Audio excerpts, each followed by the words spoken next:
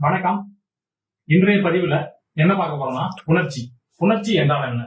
புணர்ச்சி என்பது நிலைமொழியும் வருமொழியும் இணைந்து புணர்வது புணர்ச்சி. நிலைமொழி என்பது ஒரு இடத்தில் முதலில் வரக்கூடிய ஒரு சொல் நிலைமொழி, இரண்டாவதாக அதனுடன் வந்து இணையக்கூடிய சொல் வருமொழி. புணர்ச்சி இரு வகைப்படும். இயல்பு புணர்ச்சி, விகார புணர்ச்சி என்று புணர்ச்சி இரு வகைப்படும். நிலைமொழி, வருமொழி.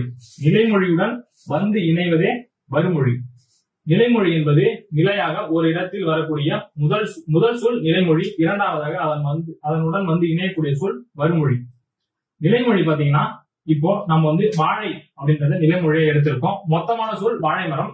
இது நிலைமொழி என்பது வாழை என்பது நிலைமொழி என்பது அவை வாழை மரம் என்பது எந்தவித மாற்றமும் இன்றி எந்தவித திரிவும் இன்றி புணரும். அப்படி புணர்ந்தால் அது இயல்பு புணர்ச்சி.